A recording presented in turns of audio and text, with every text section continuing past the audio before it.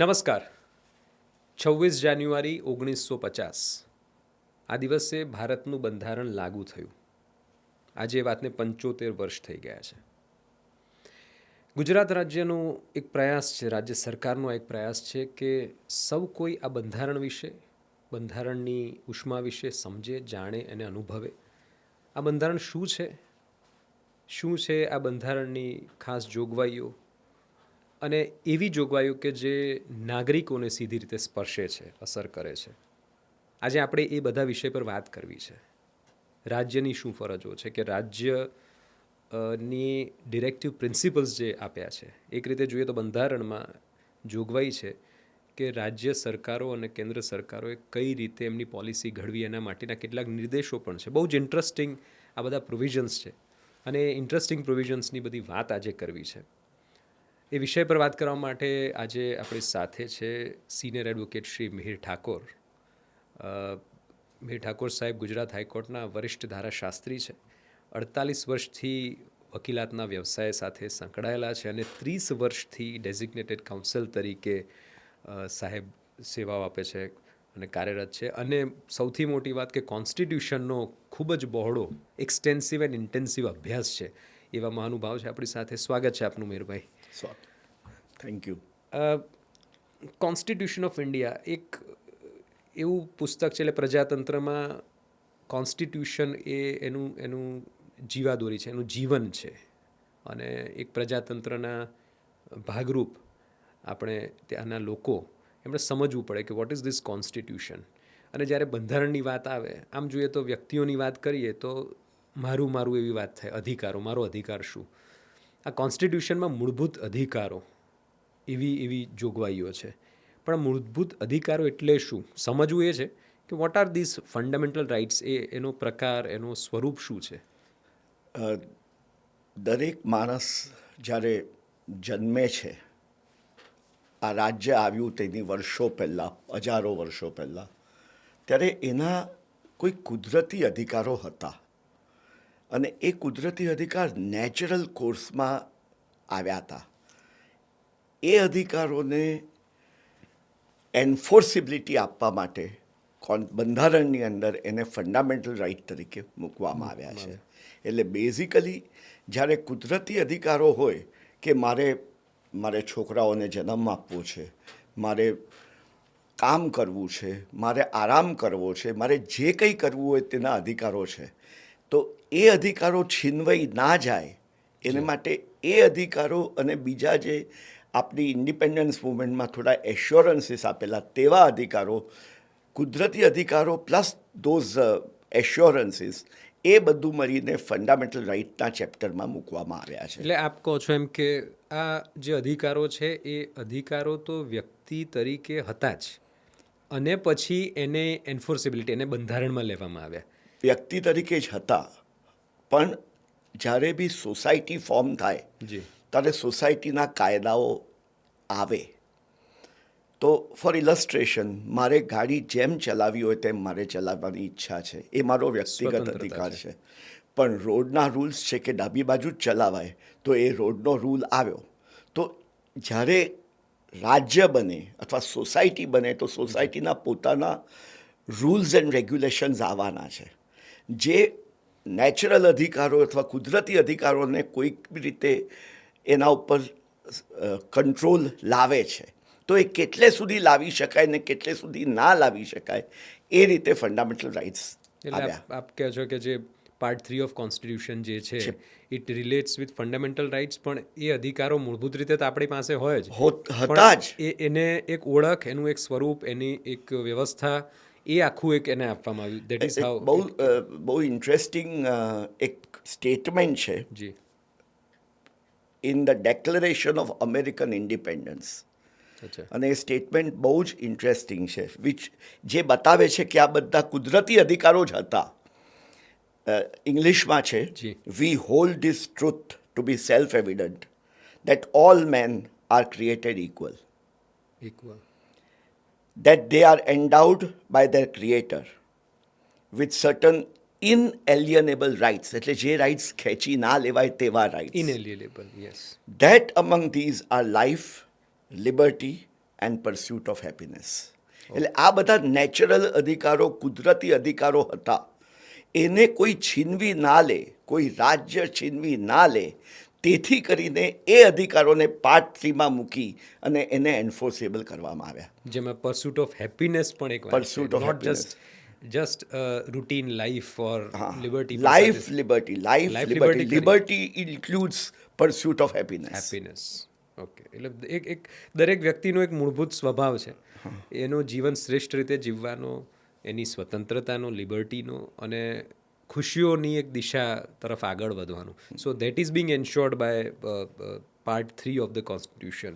કારણ કે state form થાય જી. ત્યારે કંટ્રોલ્સ તો આવવાના જ છે. તો કેટલે સુધી એ લોકો કંટ્રોલ લાવી શકે ને કેટલે સુધી કંટ્રોલ ના લાવી શકે, એને માટે આ એટલે પાર્ટ એનું આ કોડિફિકેશન, એને Codification કોડિફાય છે, હા. આખું કરવામાં આવ્યું.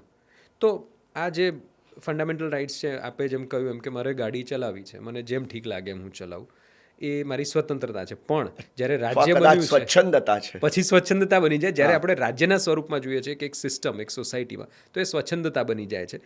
તો એટલા માટે એને કેટલાક વાડાઓમાં બાંધવું પડે, કેટલાક નિયમો ઘડવા પડે, એ બધું થાય. અને એટલે મૂળભૂત અધિકારોની પણ કેટલીક બોર્ડર્સ કે બાઉન્ડ્રીઝ પણ હોય, એ પણ હોઈ શકે.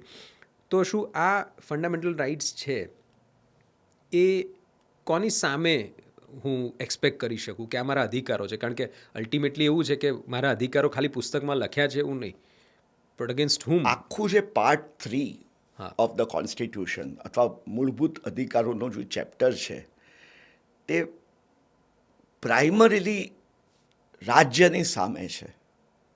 ઓકે. એટલે રાજ્ય એમના અધિકારો ખેંચી ના લે એવું પ્રોવિઝન કરવામાં આવ્યું છે. There are some rights, fundamental રાઇટ્સમાં થોડા એવા બી રાઇટ્સ છે જે રાજ્યએ ડ્યુટી છે કે પ્રોટેક્ટ કરે, ઓકે. ઇવન અગેન્સ્ટ અધર સિટીઝન્સ, લાઈક અનટચેબિલિટી. જી. એ જે રાજ્ય રાજ્યનું નથી કર્યું, એકલાનું લોકો. નથી, બીજું કોઈ ના કરે તે બી રાજ્યની ડ્યુટી થઈ જાય છે. પણ most of the rights in fundamental rights, જે most of them are by individual against the state.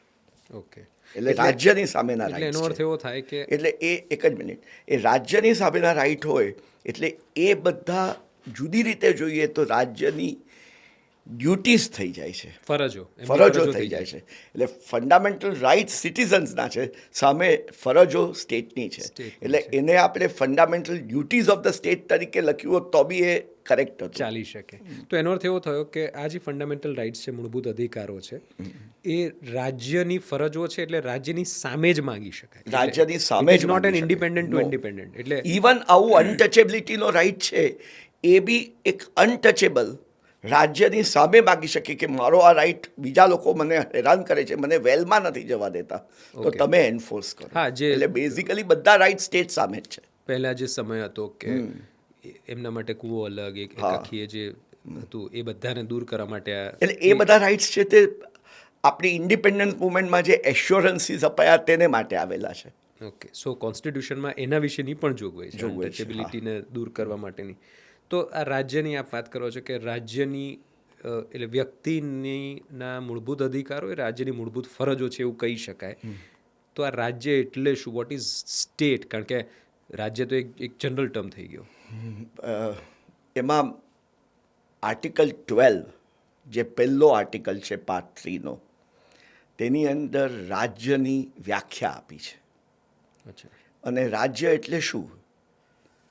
સરકાર, central government, state government, central legislature એટલે પાર્લામેન્ટ એટલે સંસદ, અને સ્ટેટ લેજિસ્લેચર એટલે વિધાનસભા, અને લોકલ અને બીજી ઓથોરિટીઝ. એટલે લોકલ ઓથોરિટીઝ એટલે મ્યુનિસિપાલિટી, એને બી સ્ટેટ ગણવામાં આવ્યું, પંચાયતને બી સ્ટેટ ગણવામાં આવ્યું, પોર્ટ ઓથોરિટીને બી સ્ટેટ ગણવામાં આવ્યું, અને અધર ઓથોરિટીઝ એટલે એનું સુપ્રીમ કોર્ટે બહુ જ એક્સપાન્સિવ ઇન્ટરપ્રિટેશન કર્યું છે અને એવું કહ્યું છે કે જે કોઈ ઓર્ગેનાઇઝેશન સરકારી ફરજો બજાવતું હોય અચ્છા. અથવા સરકારમાંથી ફિનાન્સ મેળવતું હોય એને બી સ્ટેટ ગણવું પડે. ઓકે.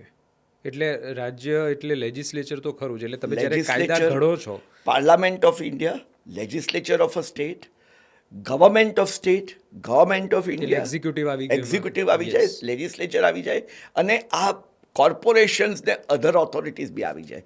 ફોર એક્ઝામ્પલ, પંચાયત સહિત, હા, ગામડામાં પંચાયત જે પંચાયત સહિત, છે. પંચાયત સહિત, એ બધાની સામે તમારે ફંડામેન્ટલ રાઇટનો અધિકાર રહે છે. રહે છે. અને આપે એક ઇન્ટરેસ્ટિંગ વાત એ કહી કે સુપ્રીમ કોર્ટે એવું કહ્યું કે જેનું ફંડિંગ સરકાર દ્વારા થતું હોય, જેની પ્રવૃત્તિ પબ્લિક ડ્યુટીઝમાં આવતી હોય, હા, એટલે શું એવી કઈ સંસ્થાઓ? એટલે એવી સંસ્થાઓ કે જે ટ્રેડિશનલી સરકારની ડ્યુટી હતી એ ચીજો કરવાની, પણ એ ચીજો સરકાર કરવાનું બંધ કરી અને બીજા કોઈ કોર્પોરેશનને આપ્યું, અને એ ડ્યુટી એ પરફોર્મ કરે છે. તો એ પણ જેમ કે state- ONGC? ONGC છે, ઓર ઇન્ટરનેશનલ એરપોર્ટ ઓથોરિટી છે, જેની અંદર તો સુપ્રીમ RD કોર્ટનું શેટ્ટી વાળું judgment છે. રમન્ના દયારામ શેટ્ટીનું જજમેન્ટમાં એવું હતું કે ટેન્ડર ઇન્વાઇટ કર્યા જી. International airport ઓથોરિટીએ. ટેન્ડરમાં કન્ડિશનો મૂકી કે આ માણસો આટલું ક્વોલિફિકેશન હોય, જરૂરિયાત હોય તો જ એને સિલેક્ટ કરવાના. એવું કોઈ જ ના આવ્યું, પણ એક જણે અરજી કરી જેની ક્વોલિફાઈડ નહોતો, પણ એને સિલેક્ટ કરી લીધો. Was not he qualified. Was not qualified, એને સિલેક્ટ કરી લીધો. સુપ્રીમ કોર્ટે કહ્યું કે ઇન્ટરનેશનલ એરપોર્ટ ઓથોરિટી સ્ટેટ છે, એનાથી આવું ના કરાય, કારણ કે એ ડિસ્ક્રિમિનેટરી થઈ જાય છે. જે બીજા બધા અરજીઓ ના કરી ઓનલી એમને બીકોઝ એ લોકો ક્વોલિફાઈડ નહોતા, એને ચાન્સ ના મળ્યો અને આને ચાન્સ મળી ગયો. ઓકે. એટલે એનો અર્થ એ થયો કે કારણ કે એ જે સેવાઓ આપી રહ્યા છે, the duties that are discharge by the authority, Yes. એ પણ એક છે. આઈ થિંક BCCIનું બી એક જજમેન્ટ છે જેમાં પણ એની થોડુંક અંદર જરાક જુદો ઇસ્યુ થયેલો છે બીસીસીઆઈમાં. એમાં સ્ટેટ તરીકે એને ગણ્યું નથી. નથી, પણ એની એને એવું કર્યું છે કે રીટ મેન્ટેનેબલ થઈ શકે. મેન્ટેનેબલ થઈ શકે. ઓકે. સુપ્રીમ કોર્ટમાં ના થઈ શકે, હાઈકોર્ટમાં જ થઈ શકે અંડર 226. 226. એટલે અગેન દેટ કે ભાઈ, કારણ કે 226 પાછી સ્ટેટ સમક્ષ જ થઈ શકે. ના, સ્ટેટ્સની સમક્ષ એકલું નહીં, સ્ટેટ ના હોય તો બી થઈ શકે 226. અચ્છા. સો લોંગ એઝ પબ્લિક ડ્યુટી કોઈ બી પરફોર્મ કરતું હોય તો એની સામે બી સ્ટેટ, એની સામે બી રીટ લાઈ થઈ શકે, Okay. એની so authority. The test is કે તમે શું પ્રવૃત્તિ કરો છો, what is your public duty, જે કરી રહ્યા છો એમાં તમારે આ મૂળભૂત અધિકારોનો ભંગ ના થવો જોઈએ. એક્ઝિક્યુટિવ હોય તો એની પોલિસીઝમાં ના થઈ શકે, લેજિસ્લેચર હોય તો કાયદા આધારે એ ભંગ ના કરી શકે, અને થાય તો એની સામે એ લડી શકાય. તો આપણે હમણાં એક જે કેસ લોની વાત કરી RD શેટ્ટીવાળી, એમાં ઇક્વાલિટી, કે જે માણસ ક્વોલિફાઈડ નથી, જેણે અપ્લાય કર્યું એને સિલેક્ટ કર્યો, જેનાથી અન્ય લોકોને જે ક્વોલિફાઈડ હોઈ શકે એમને અન્યાય થતો. અનક્વોલિફાઈડ બીજા લોકોની અરજી ના કરી શક્યા, એ લોકોને અન્યાય થયો. ઓકે. એ ના કરી શકે, એ લોકો ના કરી અરજી, કારણ કે ક્વોલિફિકેશન નહોતા એમના. ઓકે. અને તમે એક જણને જેને ક્વોલિફાઈડ નથી એને સિલેક્ટ કરતો, બીજા બધાને ઓપોર્ચ્યુનિટી આપવી પડે. ઓકે. એટલે જે અનક્વોલિફાઈડ હતા ઓબ્વિયસલી એમણે ના કર્યું, પણ એમને એક કર્યું, એને સિલેક્ટ કર્યું, but that is wrong. That is wrong. એટલે વાત આવી સમાનતાની, કે સમાનતાની, ઇક્વાલિટી, આર્ટિકલ 14. ઓકે. સો એ શું છે આર્ટિકલ 14? સમાનતા શું છે? એ પ્રિન્સિપલ શું છે? સમાનતા એટલે દરેક લોકો જે સરખી રીતે સરખા સમાન હોય તેમને સમાન ટ્રીટમેન્ટ મળવી જોઈએ. સિમિલરલી સિચ્યુએટેડ લોકો હોય તેને સમાન ટ્રીટમેન્ટ મળવી જોઈએ. ઓકે. એટલે અને એક કાયદો જે બનાવતા હોય તેના કોન્ટેક્સની અંદર, એટલે એ કાયદાના શું હેતુ છે તેને માટે સમાનતા હોવી જોઈએ. તે લોકોને બધાને સમાન ટ્રીટમેન્ટ મળવી જોઈએ. ફોર એક્ઝામ્પલ, ડૉક્ટર માટે એક જુદો કાયદો બની શકે, બરાબર છે. ચાર્ટર્ડ એકાઉન્ટન્ટ અને લોયર માટે જુદા કાયદા બની શકે, અને એ લોકોને જુદી ટ્રીટમેન્ટ અપાય. બટ સપોઝિંગ કાયદો મોટર વ્હીકલ્સ એક્ટ બનતો હોય તો એની અંદર ડૉક્ટર, લોયર નો કે કાયદો અલગ. ચાર્ટર્ડ એકાઉન્ટન્ટ એને જુદો ટ્રીટમેન્ટ ના અપાય, બધા સિમિલરલી સિચ્યુએટેડ થઈ જાય. Okay. So the principle is similarly situated. Similarly situated, પણ principle is with the object of the act. Okay. એટલે કાયદાનો શું હેતુ છે, જે કાયદાનો જો હેતુ હોય કે રોડ ટ્રાફિક બરાબર થવો જોઈએ, તેમાં તો બધા જ સિમિલરલી સિચ્યુએટેડ, ડૉક્ટર હોય, વકીલ હોય, કોઈ બી સિચ્યુએટ. પણ કાયદો જો મેડિકલ હેલ્થ કેરનો હોય તો એ બાબતમાં ડૉક્ટર ઉપર જ કાયદો લાગુ પડે, વકીલો ઉપર ના લાગુ પડે. તો એ સ્પેશિયલ એક્ટ છે કોઈક એક વર્ગ કોઈ માટે, તો એવા કાયદા એવું થઈ શકે. હા, એવા બની શકે. પણ કોમન હોય તો બધાને સરખું ટ્રીટમેન્ટ આપવું પડે. ઓકે. અને એ જે ઇક્વાલિટીનો પ્રિન્સિપલ છે એ તમામ લોકોને લાગુ થાય છે આ દેશના પ્રત્યેક?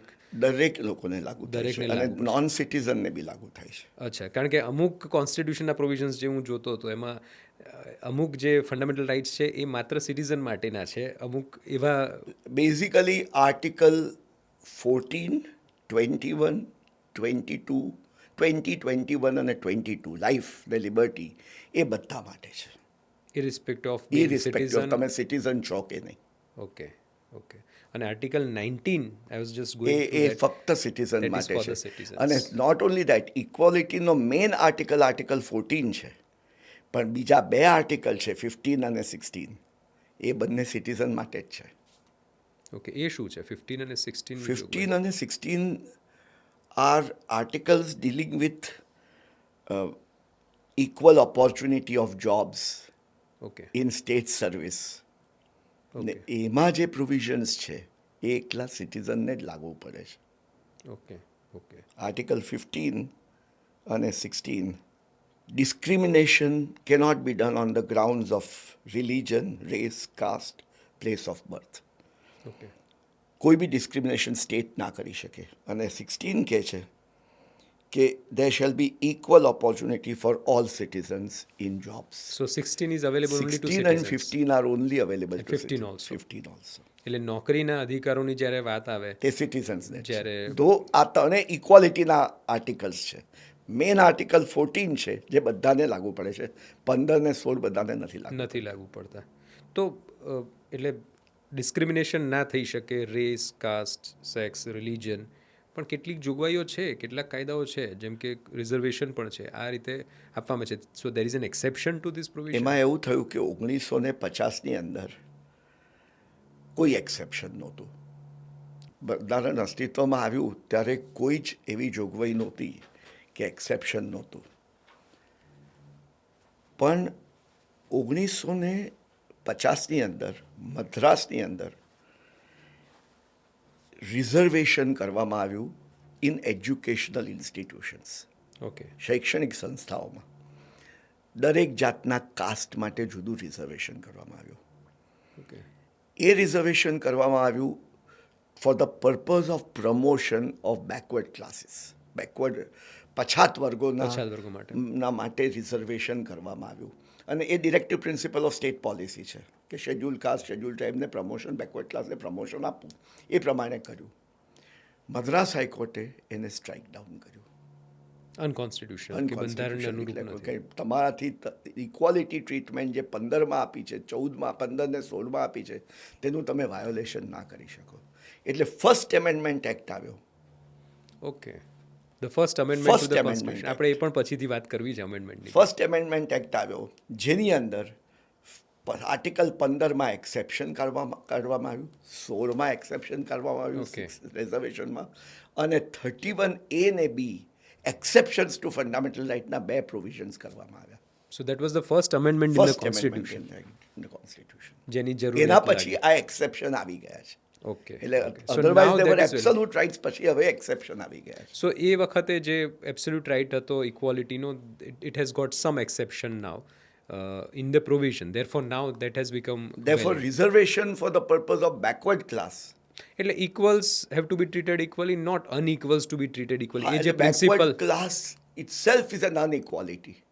ઓકે. પછાત વર્ગ itself એ લોકોની ઇનઇક્વાલિટી છે, એટલે માટે એક્સેપ્શન અને કાઢવા. પછી એના સોશિયલી અને એજ્યુકેશનલી બેકવર્ડ ને આ જે સોશિયલી, બધા અલગ અલગ educationally, schedule caste, schedule tribes, tribes એ અને આખા. પછી જજમેન્ટો આવ્યા છે કે એ બધું રિઝર્વેશન 50%થી ઉપર ના થઈ શકે. જી. એને ઇન્દ્રસ્વામી ને બધું હા. આખી it's a series of Yes. Decisions. Sir, એક આ સમાનતાની જેમ આપણે કહ્યું એમ કે 14 is available to all the persons irrespective of being citizen or not, 15, 16 only to the citizens. એવી જ એક જોગવાઈ આવે છે આર્ટિકલ 19ની, જે સ્વતંત્રતાની ફ્રીડમ્સ છે અલગ અલગ, that is available only to the citizens. જ્યાં ફરવું હોય તે ફરવાનો અધિકાર છે, that is available to the only to the citizens. Citizens. Association form કરવાનું, કોઓપરેટિવ સોસાયટી ફોર્મ કરવાનું, એ અધિકાર ફક્ત સિટીઝન્સને જ પણ એમાં પણ પાછા રેસ્ટ્રિક્શન્સ મૂકવામાં આવ્યા છે. એ બી આઈ થિંક પહેલા જ એમેન્ડમેન્ટ એક્ટથી 1902 થી 1906 તરીકે એક્સેપ્શન મૂકવામાં આવ્યા. In public interest or in in the interest of the integrity the of language state. used is larger public interest Interest. or nation, interest of the nation. એવી રીતે exceptions કરવામાં આવ્યા છે. એટલે તમારી freedom of speech and expression છે પણ દેશ હિતથી ઉપર તો નથી જ એ વાત. નથી જ, ના. અને એ રીતે આખી જો so that was in 1951 that these These amendments. these And they were all restrictions upheld came. by the Supreme Court, all the amendments. It Okay. was challenged, Okay, so that was tested before the Supreme tested Court. before the Supreme Court. First Amendment Act was tested before the Supreme Court and they were upheld in Shankari Prasad versus Union of India. Okay so જેટલા પણ મૂળભૂત અધિકારો છે એમાં આમ જોઈએ તો આપે જેમ શરૂઆતમાં કહ્યું એમ કે ઇનએલિએનેબલ છે, તમે છીનવી ના શકો. But in the constitution with passage of time with some provisions and all તમને એને રેગ્યુલેટ તો કરવામાં આવ્યા છે. અને ધ ઓબ્જેક્ટિવ બિહાઇન્ડ ઇઝ લોકહિત, દેશહિત, એટલે પ્રજા અને એક સમાજ એક ચલાવવાનો છે આપણે. એટલે એક વ્યક્તિને એનો અધિકાર તો આપ્યો પણ પછી એવું રિયલાઇઝ થાય કે ના, એ વ્યક્તિ એક સમાજનો ભાગ છે અને એ વ્યક્તિનો પણ હિત સમાજ હિતમાં જ સમાયેલો છે. એટલે સમાજને તો સુવ્યવસ્થિત રીતે ચલાવવો પડશે. હા, સો અને ધેરફોર ધીઝ જ્યારે restrictions came in. Absolute right થઈ ગયા, જ્યારે એબ્સોલ્યુટ રાઇટ હતા બિગિનિંગમાં, તો સુપ્રીમ કોર્ટે એ બધા કાયદા જે સમાજ માટે ક્રિએટ કર્યા તે બધાને સ્ટ્રાઇક ડાઉન કરે. અને because they were strike down તો દે વોઝ નો ઓપ્શન સરકારને, કારણ કે એ તો સમાજ હિતમાં હતા. મોટામાં મોટો કાયદો જે સ્ટ્રાઇક ડાઉન કરવામાં આવ્યો એ બિહારમાં થયું લેન્ડ Okay. રિફોર્મમાં. ઓકે લેન્ડ રિફોર્મ તો એશ્યોરન્સ હતું ઇન્ડિપેન્ડન્સ મૂવમેન્ટનું કે અમે જમીનદારીને બધું કાઢી નાખીશું. ઓકે હવે જમીનદારી કાઢવા ગયા ત્યારે હાઈકોર્ટે સ્ટ્રાઇક ડાઉન કર્યું કે રાઇટ ટુ પ્રોપર્ટી તમારાથી લઈ ના લેવાય. અચ્છા, so right to property was a fundamental right. It was a fundamental right up to 1979. અને એ લઈ ના લેવાય તે સંજોગોમાં સ્ટ્રાઇક ડાઉન કરવામાં આવ્યા કાયદા. અને એ કાયદા સ્ટ્રાઇક ડાઉન કરવામાં આવ્યા એટલે પુષ્કળ કોમ્પેન્સેશન આપવું પડ્યું જમીનદારોને જી સરકારે. એના પછી સરકારે આ ઇન્ટ્રોડ્યુસ કર્યું exceptions to to the fundamental uh rights. બધા. અને 31B કરીને પ્રોવિઝન લાવ્યા જેમાં કોઈ બી કાયદો પાર્લામેન્ટ પસાર કરે પણ એ કાયદો કોન્સ્ટિટ્યુશનલ એમેન્ડમેન્ટ કરીને 31Bમાં મૂકવામાં આવે તો it is protected against violation of fundamental rights એવી જોગવાઈ એવી કરવામાં જોગવાઈ કરવામાં. So that must have been tested. That was tested in I think the first amendment act itself. Okay okay અને એ બધા Upheld, અપહોલ્ડ થયા. upheld. એમાં બધા land reform, Bihar land reform બધા એક્ટ છે. એટલે એ બધા જ પછી I think urban land ceiling and regulation act બી 31Bમાં છે. સો આમ જોઈએ તો એવું આવે કે એક તો વ્યક્તિ છે એના અધિકારો માંગી રહ્યો છે, એક બાજુ સરકાર છે જેણે આખા દેશને અને આખા સમાજને જોવાનો છે. એટલે એના માટે કોન્સ્ટિટ્યુશનલ પ્રોવિઝન્સને એ રીતે એક બેલેન્સ કરવાનો એક પ્રયત્ન થાય. એક જે જી પણ સાથે સાથે એવો બી સવાલ આવીને ઊભો રહે કે જે આ બેલેન્સ કરતી વખતે કેટલે સુધી તમે રાઈટ ખેંચી લો છો અને એ ડિસિઝન કોર્ટનું થાય છે. Okay so court is the final arbitrator. તમે તો કાયદો બનાવી લીધો, જી. કાયદો તમે 31Bમાં મૂકી દીધો, પણ એ કાયદો 31Bમાં મૂકવા માટે એમેન્ડમેન્ટ કર્યું તો એ એમેન્ડમેન્ટ આ કાયદો મૂકવા માટે યોગ્ય છે કે નહીં એ યોગ્યતા એ જો બેઝિક તપાસવાનું કામ. સ્ટ્રક્ચરને અફેક્ટ કરતું હોય તો તો પાછું નહીં. Against struck down. જી જી એક બેઝિક સ્ટ્રક્ચરની પણ બહુ ઇન્ટરેસ્ટિંગ વાત છે, એ પણ આપના પાસેથી જાણવી છે. પણ એક આઈ વોઝ જસ્ટ રીડિંગ કે directive principles of state policy એવું એક ચેપ્ટર છે કે જેમાં કેટલાક નિર્દેશો આપ્યા છે રાજ્યને કઈ રીતે એમની પોલિસી ઘડવી કે કઈ રીતે એમણે સરકાર ચલાવવી. એ એક પ્રકારે આમ જોઈએ તો બ્લુ પ્રિન્ટ છે. એટલે જ્યારે બંધારણ બન્યું ત્યારે એવું વિચાર્યું હશે કે આ પ્રકારે આવનારી સરકારોએ કામ કરવાનું છે, આ બ્લુ પ્રિન્ટ છે. એ કેટલું ઇફેક્ટિવ છે, whether it is binding to the state governments? એવું કહેવામાં આવ્યું છે કે fundamental rights and directive principles are like 2 wheels of a chariot. એટલે બે પૈડા જેવું છે. Fundamental rights are duties, positive duties towards the citizens or negative duties not to do something which would affect the citizens. While જે directive principles છે તે એક માર્ગદર્શિકા છે કે સરકારે શું કરવાનું છે. So it is not a dictate. રાજ્ય તો સરકાર તો કોઈ બી આવે ઇલેક્ટ થઈને, પણ દરેક સરકારે કઈ રીતે વર્તવાનું છે ને કઈ રીતે સરકાર ચલાવવાની છે ને શું શું એના ધ્યેય છે તે ડિરેક્ટિવ પ્રિન્સિપલ એટલે સર એ જ મારે જાણવું છે કે આપે કહ્યું ડિરેક્ટિવ છે, ડિક્ટેટિવ નથી, એટલે ના, ઇટ ડઝન્ટ dictative ડિક્ટેટ, નથી. એટલે આદેશ નથી. આદેશ નથી, પણ એ ધ્યાનમાં રાખીને સરકારે ચલાવવાનું. ફોર એક્ઝામ્પલ, હમણાં જે કોન્ટ્રોવર્શિયલ ઇસ્યુ આવે છે, uniform civil code, it is a part of directive principle of state policy અચ્છા, કે તમારે યુનિફોર્મ સિવિલ કોડ લાવવાનો, પણ લાવવાનો ફરજિયાત નથી, પણ Okay. એ ધ્યેય છે કે તમારે લઈ આવવાનો. એટલે સરકાર એ દિશામાં પ્રયત્નો કરે યુસીસી. અને ઘણા બધા જેમ કે એક મિનિમમ વેજીસ એક્ટ છે, that is that is also an directive outcome of. Principle of state policy. એવા ઘણા બધી ચીજો છે. Panchayat, okay, formation of village panchayat, એ બધું બી directive principle of a state પણ પોલિસી. ડિરેક્ટિવ પ્રિન્સિપલ્સમાં છે, પણ દેટ ઇઝ નોટ બાઇન્ડિંગ, પણ એક પ્રકારે એક ગાઈડન્સ છે કે તમારે આ સરકાર. બધું તમારે this should be your goal. હા, એટલે કઈ રીતે દેશને ચલાવવો છે એની એટલે એક કોઈ- બ્રોડ આઈડિયા કે જે આજે 1950માં કાયદો લાગુ થાય છે, 1949માં એ તૈયાર થયો, 50માં we the people of India આપણે એને સ્વીકાર્યો, અને આજે 75 વર્ષ થઈ ગયા છે. It's a long journey. એટલે એ વર્ષ દરમિયાન અલગ અલગ સરકારો આવી, પણ દરેકને એક રિમાઇન્ડર છે, તમને યાદ કરાવે છે કે આ ડિરેક્ટિવ પ્રિન્સિપલ્સ છે, તમારે આ પ્રમાણે આ રીતે તમારે ચાલવાનું છે. So that's how this chapter becomes important હા. In governance. એ રીતે મહત્વનું બની એટલે જાય. દરેક સરકારને એક ઉદ્દેશ તરીકે આ બતાવવામાં આવ્યું છે કે તમારે આ ચીજો કરવાની છે. આ તમારો ક્યારે આદેશ છે. કરો, એટલે કોઈ સિટીઝન જઈને કોર્ટમાં એવું ના કહી શકે કે સરકારે આ નથી કર્યું. Okay, suppose minimum wages act આજે ના આવ્યો હોત તો અધિકાર તરીકે તમે ન લઈ શકો. એ અધિકાર તરીકે તમે એમ ના કરો કે મિનિમમ વેજીસ એક્ટ કાયદો બનાવો, એવો અધિકાર નથી આપવામાં આવ્યો.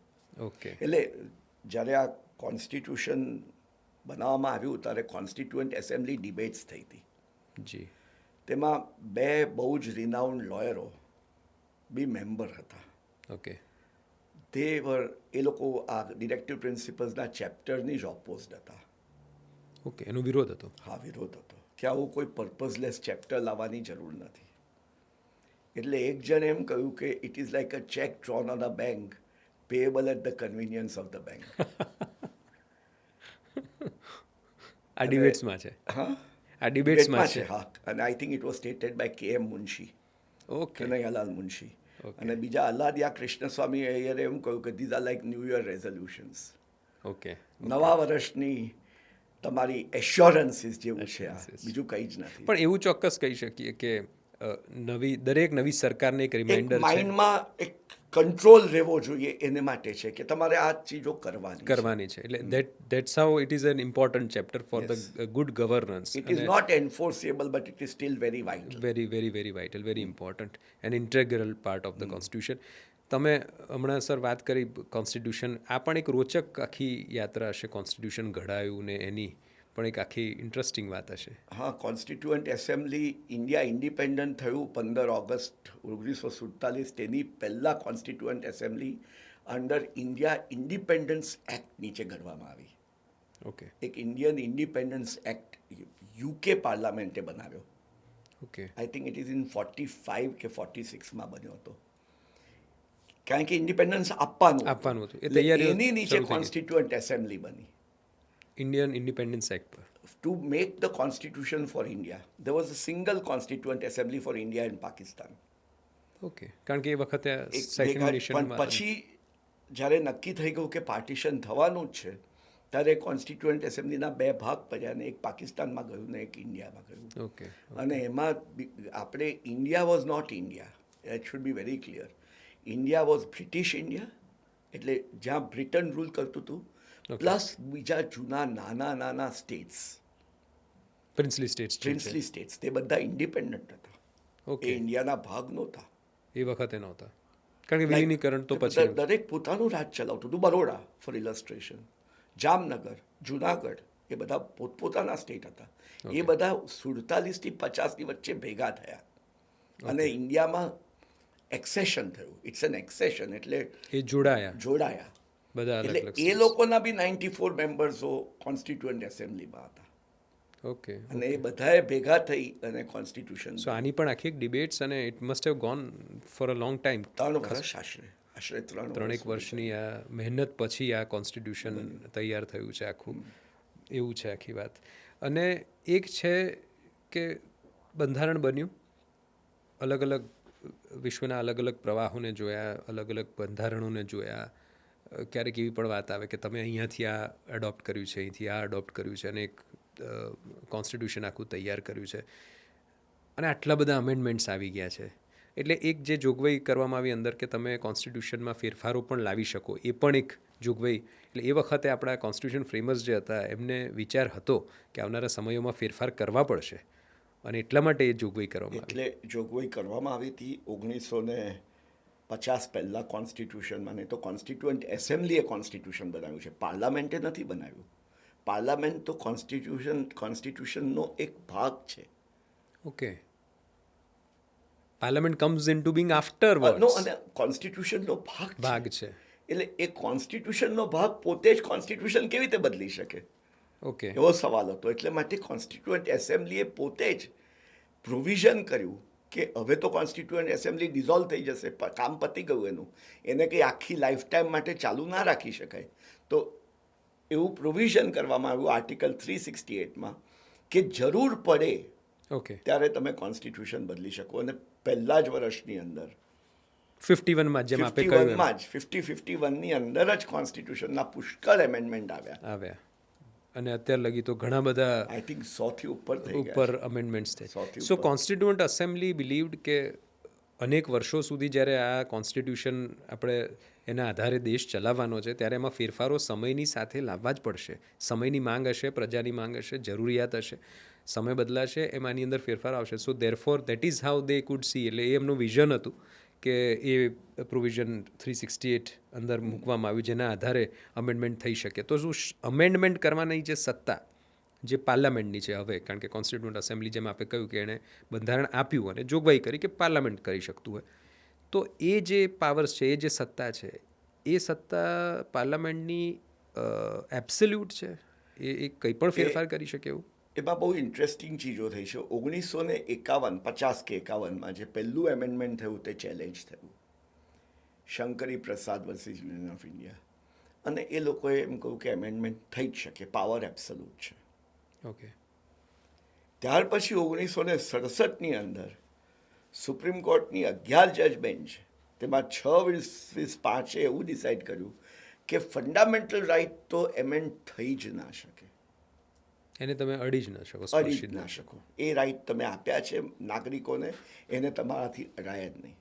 ધેટ હેપન્ડ ઇન 1967 આઈસી ગોલકનાથના કેસમાં. ઓકે, પણ ગોલકનાથના જજીસોને બી એક મોટો પ્રોબ્લેમ થયો કે 1950થી 67 સુધીમાં Amendment ફંડામેન્ટલ થઈ રાઇટ્સમાં એમેન્ડમેન્ટ થયા, તો એનું શું એનું કરવાનું? કારણ કે કાયદો જ્યારે બી બને ત્યારે મૂળથી જ કાયદો ડિક્લેર થાય છે. સુપ્રીમ કોર્ટનો કાયદો is always declared from inception. Inception. એટલે 67માં ડિક્લેર કર્યું તો દેટ સ્ટાર્ટ ફ્રોમ 1950.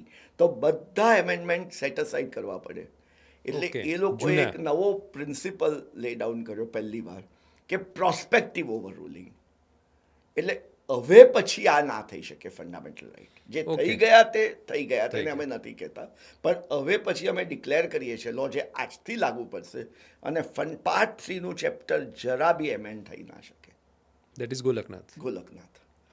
ત્યાર પછી this was a major problem. પહેલો પ્રોબ્લેમ એવો થયો કે બેંક નેશનલાઇઝેશન કરવું હતું.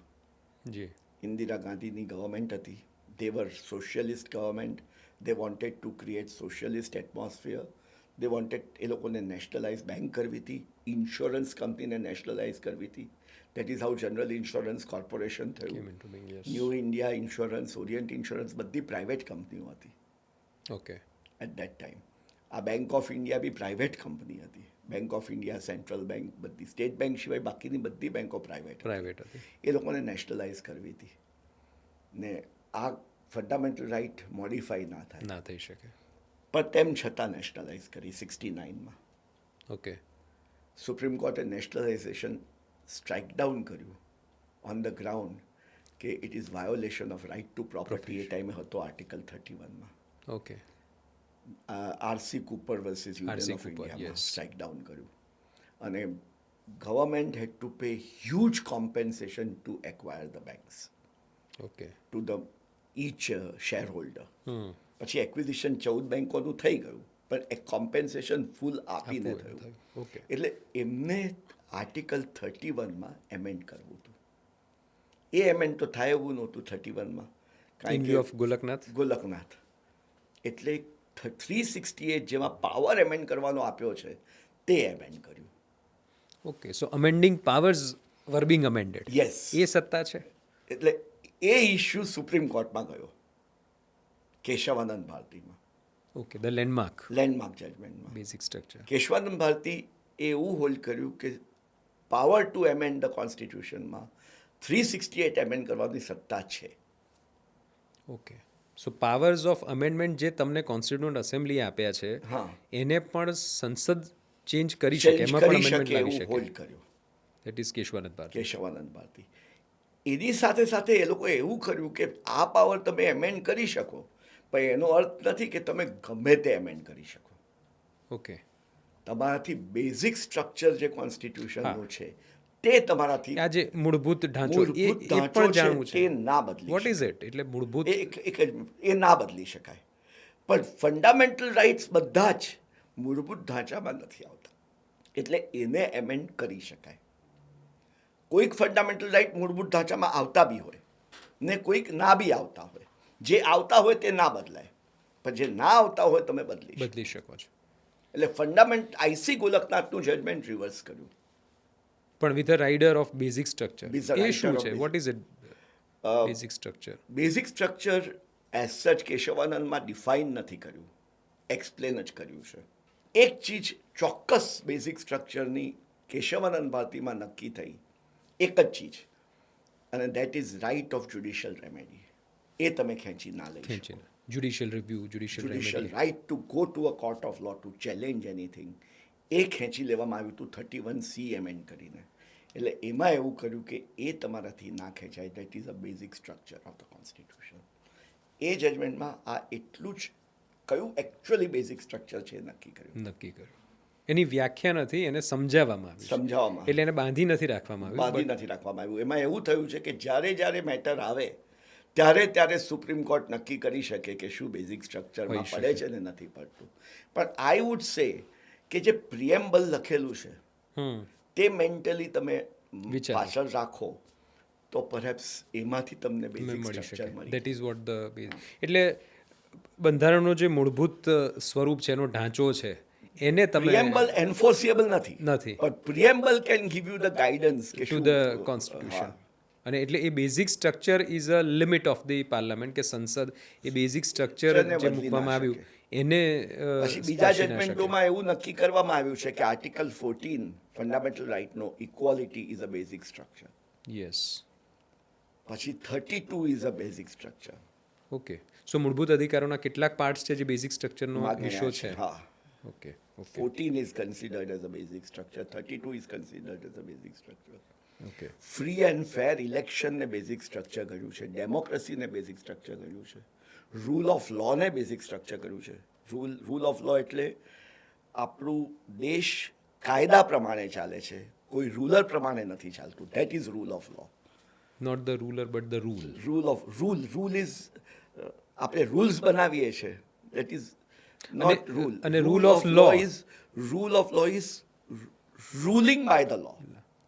એટલે કાયદાનું શાસન છે, એટલે રાજ ચલાવે છે એ કાયદો, not a raja. Not a Raja.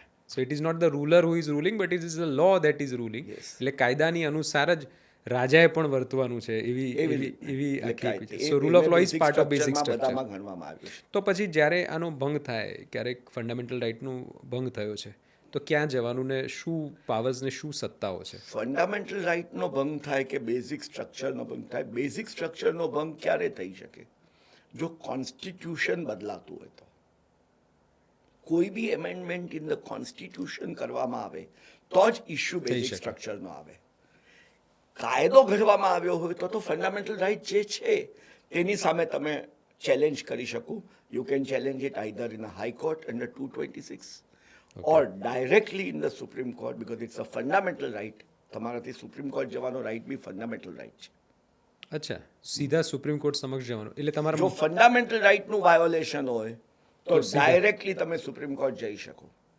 Okay, અને 226માં ફંડામેન્ટલ રાઇટ્સ સિવાયના પણ અધિકારોનું લીગલ રક્ષણ રાઇટ્સનું વાયોલેશન હોય તો 226માં એ જ લીગલ જવાય. રાઇટ શું કેવા? કોઈ બી કાયદો કોન્ટ્રરી ટુ કાયદો એક્શન લીધું હોય. ઓકે, લેન્ડ રેવન્યુ કોડ છે, તેમાં જે માણસે ઓર્ડર કર્યો તે લેન્ડ રેવન્યુ કોડની કોન્ટ્રરી છે, ઓકે. તો then he has to go to the high court. એટલે કાયદાનો ભંગ થતો હોય સીધો તો તમે હાઈકોર્ટમાં જઈ શકો છો, અને જો મૂળભૂત ફંડામેન્ટલ અધિકાર રાઇટનો ભંગ થતો હોય તોય તો હાઈકોર્ટમાં પણ જઈ શકો હાઈકોર્ટ તો છે જ છો. પણ ફંડામેન્ટલ રાઇટનો ભંગ થતો હોય તો ડાયરેક્ટલી સુપ્રીમ કોર્ટમાં બી માં જવાય. પણ જઈ શકાય છે. એટલે આર્ટિકલ 32 ઇઝ ફોર કે તમારો ફંડામેન્ટલ રાઇટ વાયોલેટ થાય છે તો તમે સીધા સુપ્રીમ કોર્ટ અને જાઓ. એને બી ફંડામેન્ટલ રાઇટ ગણ્યો છે, એને પણ ઇટ ઇઝ પાર્ટ અને of a fundamental right is part of basic structure. Okay, so 32 is fundamental right made part of basic structure. આ અધિકારોની તો વાત આપણે કરીએ છીએ સર બધી, કે મારો આ અધિકાર છે, હું અહીંયા લડું આ લડું, પણ એક ચેપ્ટર છે મૂળભૂત અધિકારોની સાથે સાથે મૂળભૂત ફરજોનું. આપણી કેટલીક મૂળભૂત ફરજો છે નાગરિક તરીકેની, એનું પણ ચેપ્ટર એડ કરવામાં આવ્યું. Article 51A. યસ. સો એ કેટલો સ્ટ્રોંગ પ્રોવિઝન છે, કારણ કે શરૂઆત થાય છે શેલથી. Sir I would also like to know કે એમાં લખ્યું છે તમે શેલ. જુઓ લેંગ્વેજ એની વાંચો 51A ની. જી, આપણે જોઈએ 51A, તો it says that it shall be the duty of every citizen of India. But ડ્યુટીની સાથે કોઈ એન્ફોર્સિબિલિટી આપી નથી. ફંડામેન્ટલ રાઇટ્સમાં એન્ફોર્સિબિલિટી આપી છે 13ની અંદર, આર્ટિકલ 13ની અંદર, કે કોઈ બી કાયદો મૂળભૂત અધિકારોથી વાયોલેટ કરતો હોય તો એ કાયદાને ઇલીગલ ગણવો, એવું 13માં લખ્યું છે. એવું 30 ડિરેક્ટિવ પ્રિન્સિપલ્સમાં બી નથી લખ્યું અને 51A બી નથી લખ્યું. એટલે while it is a duty, it is again like directive પ્રિન્સિપલ્સમાં જે ધ્યેય છે તેવું આમાં બી લોકોનો ધ્યેય હોવો જોઈએ કે આ ફોલો કરે. અને કદાચ કાયદો બનાવી શકાય to enforce fundamental duties so long as it is not violative of fundamental rights. પણ જ્યાં સુધી કાયદો નથી ત્યાં સુધી આ એન્ફોર્સિબલ નથી. નથી કાયદો બનાવી શકાય આ એન્ફોર્સ કરવા માટે, પણ એ કાયદો બનાવતી વખતે એટલું ધ્યાન રાખવું પડે કે કોઈ ફંડામેન્ટલ રાઇટ વાયોલેટ નથી થતો. એટલે for example freedom of speech, તો ફ્રીડમ ઓફ સ્પીચના એક્સેપ્શનમાં પાડીને આને માટે કાયદો બનાવી શકાય. ઓકે, એ થઈ શકે. થઈ શકે. પરંતુ જે રીતે મૂળભૂત અધિકારો માટે કોર્ટમાં જઈ શકાય છે કે જવાય છે, કોઈ સિટીઝન ના જઈ શકે. Okay. Directive principles of state policy કે ફંડામેન્ટલ ફંડામેન્ટલ ડ્યુટીઝ માટે ના જઈ શકે. ગવર્મેન્ટ એવો કાયદો લાવી શકે ધ્યાન રાખીને કે ફંડામેન્ટલ રાઇટ વાયોલેટ નથી થતું, તો આ ડ્યુટીઝ પરફોર્મ કરવા. એટલે અગેન ડિરેક્ટિવ પ્રિન્સિપલ્સ જેવું કે એના અનુરૂપ ફોર અનુસાર એક્ઝામ્પલ કાયદો બનાવી શકે. એ છે defend the country and render national service, હા, એ ફંડામેન્ટલ એ છે, ડ્યુટી છે. હવે સપોઝ ઇન્ડિયા વોરમાં હોય તો મારે નોકરી સરકારમાં કરવી કે નહીં, આર્મીમાં કરવી કે નહીં, એ મારો આમ તો મૂળભૂત અધિકાર છે. પણ આની નીચે કાયદો લાવી શકાય કે બધાને below the age of 35 all will have to go for compulsory army service. service અને or એ training. કાયદો ફંડામેન્ટલ રાઇટના એક્સેપ્શનમાં પાડી શકાય. Okay, so that's type how of, fundamental duties duties can be enforced. Enforced. પણ એ કાનૂન સિવાય નહીં, કાયદો કાનૂન તમે સિવાય ઘડો નહીં, છો તો કાનૂન જ થઈ સિવાય શકે આખું. એટલે મૂળભૂત અધિકારો અક્ષુણ છે, ઇટ ઇઝ અનટચેબલ. પછી એમાં એક્સેપ્શન જેટલા છે તેટલા એક્સેપ્શન તેટલા સુધી થઈ શકે. Strictly to be interpreted. All exceptions have to be strictly interpreted. Rights are sacrosanct, Sacrosanct. Subject to the exceptions which have to be strictly. એટલે જે લખ્યું છે, જે પ્રોવાઈડ કર્યું છે, એટલા સુધી જ સ્ટેટ આગળ વધી શકે. અધરવાઇઝ તમારા મૂળભૂત અધિકારો એબ્સોલ્યુટ છે અને fundamental duties are not enforceable. Directive principles again are not enforceable. અને પણ આ ફંડામેન્ટલ ડ્યુટીની અંદર તમે પેલું એક જજમેન્ટ સુપ્રીમ કોર્ટનું આવ્યું છે, તાજ મહાલ બગડતું હતું હા બીકોઝ હા, of surrounding Taj trapezium I guess. હા, તો એની અંદર ફંડામેન્ટલ ડ્યુટી અને ડિરેક્ટિવ પ્રિન્સિપલ ઓફ સ્ટેટ પોલિસીને ધ્યાનમાં રાખીને કોર્ટે એવું હોલ્ડ કર્યું કે અહીંયાથી તમારે શિફ્ટ કરવું પડે. ઓકે.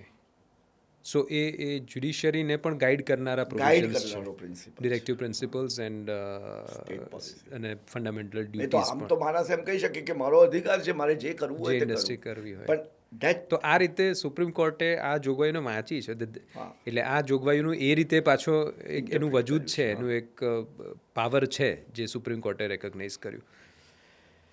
તો આપનો ખૂબ ખૂબ આભાર મીરભાઈ. આપે કોન્સ્ટિટ્યુશનની બહુ જ રોચક વાત કરી. મૂળભૂત અધિકારો, મૂળભૂત ફરજો, ડિરેક્ટિવ પ્રિન્સિપલ્સ અને કોન્સ્ટિટ્યુન્ટ એસેમ્બલીની પણ એક વાત, અમેન્ડમેન્ટના શું પાવર્સ છે, કોન્સ્ટિટ્યુશન વિશેની ખૂબ સુંદર માહિતી મળી. અમને ખૂબ ખૂબ આભાર. Thank you so much. Thank you. તો મિત્રો, આ છે આપણું બંધારણ.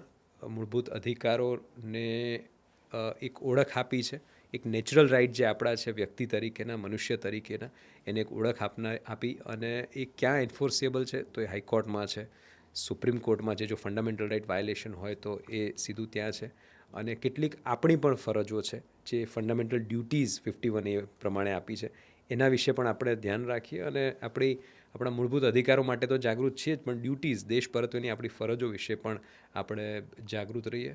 બસ આજે આટલું જ. ખૂબ ખૂબ આભાર.